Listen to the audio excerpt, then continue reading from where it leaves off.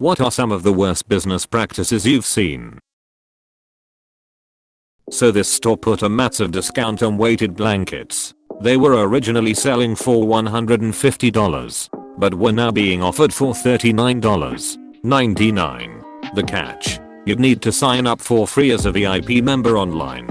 Okay, no harm done. So I signed up and bought the blanket, and so did thousands of other people. The store cancelled our orders and refunded our money, claiming that they weren't able to fulfill our orders. And now they had a couple thousand more new names on their mailing list. And sure enough, marketing emails came pouring through. I unsubscribed once but still had emails coming in. Fuck you, Spotlight, Australia. Spotlight posted my wife vouchers that were only able to be used in store. Their store was click and collect, or delivery only during the height of the pandemic. Spotlight refused to allow them to be used in store, and refused to extend the offer end date. Spotlight sent a lot of these to VIP customers in Victoria. So rude.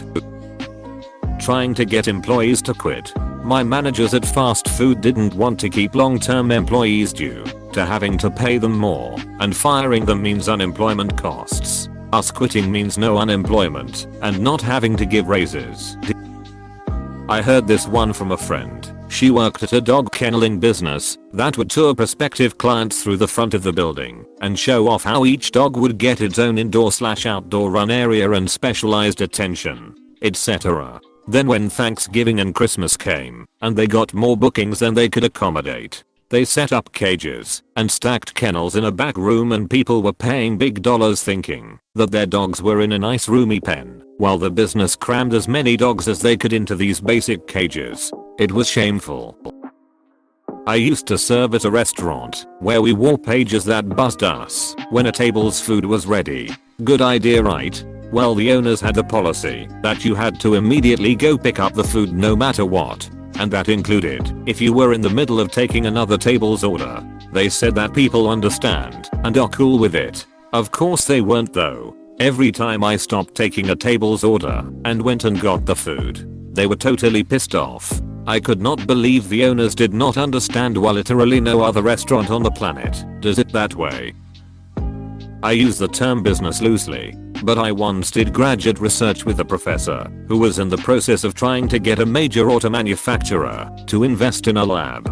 They liked us, but wanted an example of some of our work. So rather than directing them to some publications of ours, my professor gave them a zip file containing all of our recent unpublished research, including the basis for a patent application. My professor was shocked when they just kept it.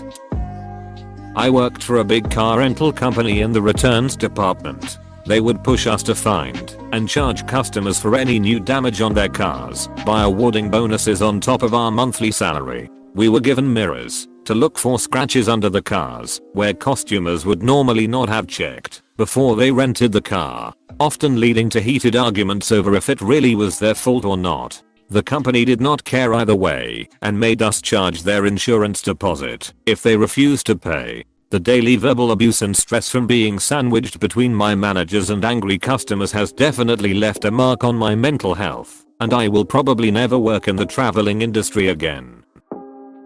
I worked as a food service manager for a large hotel chain. Let's call it Chariot Hotels. The general hotel manager wouldn't approve repairs/replacements of equipment unless we were expecting an inspection in the next 2 to 3 months. The immediate bad effect of this was a lot of negative reviews. Our ice maker broke, so we had to send employees to the other side of the hotel to get ice from an ice machine to make iced coffee, smoothies, etc., resulting in extremely long wait times for iced drinks. We also lost money because a lot of the cold food, like chicken salad, can be made in bulk and stored for a few days in the fridge. Unfortunately, half of our fridges didn't cool properly, so we had to make a lot of foods fresh every day and discard a lot of food. Lastly, I quit when I got tired of requesting repairs that never happened. 2 weeks later, they got an early inspection and an exceptionally bad score for a chain. They passed, but just barely. The general manager blamed it on the former food service manager, me, and I believe she still manages the hotel to this day. I worked at a restaurant that wouldn't let people get a refund on their food, even though there was a cockroach in it. Instead, they offered a 10% discount on the food as per their policy. Needless to say, this restaurant no longer exists. In the town I grew up, there was this guy who ran a music store, the kind that sells musical instruments. He would sell brand new stuff at 50-60% discount. Hell, a friend of mine haggled a brand new Gibson guitar off the shelf for maybe 75% off. I bought several cymbals off him dirt cheap. For you drummers out there, Sadie and AA, not crap. Turns out, his family was filthy rich, old money, and running the store was his hobby. You know, just something to do. He would sit there, smoke, discuss which Zappa record was the best, and basically give stuff away. It was awesome. And terrible business. I went to an independent makeup store because I wanted to support small businesses, and the shop girl told me I would need a lot of products because I was ugly. I was shook. Like, I know I'm no Halle Berry, but ugly. Any company/service that allows you to sign up using the internet with minimal verification, but requires you to either produce ID, bills, proof of address, or show up in person to cancel that service. If I can set it up via the internet, I should be able to cancel using the internet too. My wisdom tooth operation was fucked up, which they under anesthetized me for, so I went back 2 days later. They admitted their fault and that they would fix it there and then, but it would cost me equivalent $500. I said no way. This is your screw up. They eventually agreed. I took the woozy pill they gave me as it was gonna be big work in there. Operation went as planned, and while I was not even with it, they charged me the money, then booted me out onto the street. I was almost hit by a bus as I had no awareness of anything. Found it all out later on from a friend who happened to be passing and saw me playing with cars on a dual lane road, and B, an acquaintance in the waiting room who had watched me pay. Ironically, I was there due to their daughter's recommendation. Bernal Productions in Renton, just outside Seattle, constantly lie, cheat and steal from their customers. When confronted, the CEO pleads poverty and needs money to pay bills. The CEO was declared bankrupt in 2020, wiping the debt he had on 13 credit cards. Meanwhile, the CEO, also has a condo that he hasn't paid his mortgage on for almost a year. Then there's over $40,000 spent on a mobile game, which he does not acknowledge because he has an addiction problem. Major banks sorting your transactions when you have a low balance in such a way to maximize overdraft fees. Honestly, overdraft fees in general, many banks will charge you an overdraft and deny the transaction because apparently it costs them $35 to deny a transaction. I briefly worked at a FedEx shipping center. The first hour of orientation was basically, if you even think the word union will end your effing bloodline. First job ever was at Walmart. They too had an anti-unionizing video during orientation, to the tune of organizers just want to take your money. Not as bad as some of the practices in this post, but a local coffee shop owner near me pressures customers into bringing their own cups. Normally I wouldn't mind this, as hey, we all got to do our part to save the environment. Thing is, the owner doesn't do it for the environment, he does it because he doesn't want to buy takeaway coffee cups. I heard him argue with another customer one day, telling her he's sick of her using his cups rather than her own. The whole thing came off so cheap and tacky. I stopped going there for coffee. If the owner is upset about buying 5C cups, he's probably cutting corners at other places too. My local Subway and their perpetual stew, https://n wikipedia.org/wiki/perpetual_stew of meatballs. Every day they make meatballs to be used on their meatball marinara sandwich, but every day they never use all of them, so they put the leftover ones into the refrigerator to be used the next day. This is fine. You can get away with it since it's held in appropriate temperatures during the day and kept refrigerated overnight. The problem comes after they make more. Instead of keeping the old and new batch of meatballs separate, they cook off new meatballs and just add them to the old meatball container. So technically there could be one meatball floating around in there that is months old before it finally gets scooped up and placed on a sandwich. making people pay a hidden additional fee for buying an out-of-state newspaper. I worked at a convenience store that charged people 50 cents extra and there was no signage for it. I don't know if they still do this. The liquor store down the street from my house sells a liter of gin for the exact same price as 3/4 of a liter of the same kind of gin. Somebody has got to have noticed by now. It's been like that for over a year.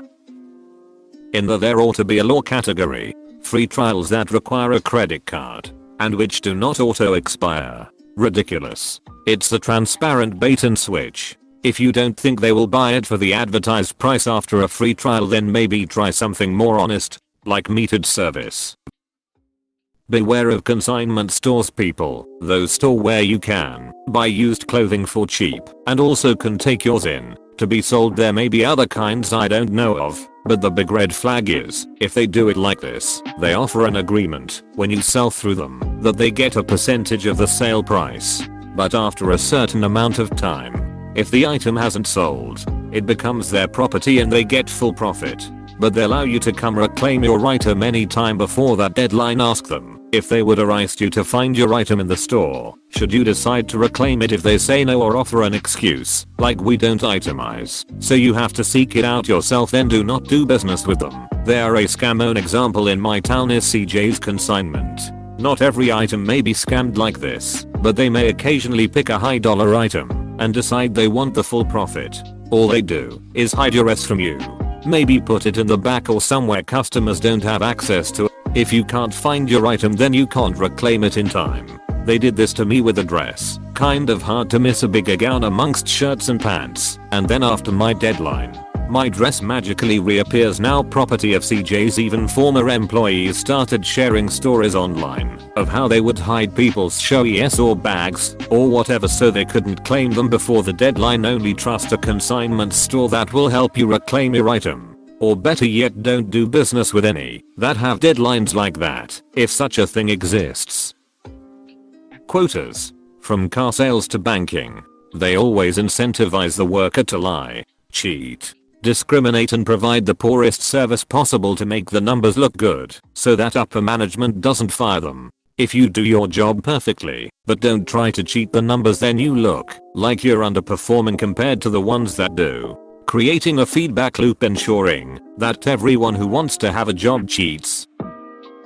Hostility towards raises. Rewarding your existing employees is almost always cheaper than hiring new. I've had a manager that scoffed at a single 3% raise for someone who had no raise for 5 years. Good luck hiring a new person with that experience and for less money. There's a reason why job hopping gets you more money, and it's not because hiring new is cheaper. People who sell weed. You text them, ask if they have weed. They say yes. You ask them to meet you, or if you can go to them and buy some. They say yes. You ask where or when etc. They don't reply, and you don't hear from them again for a few days.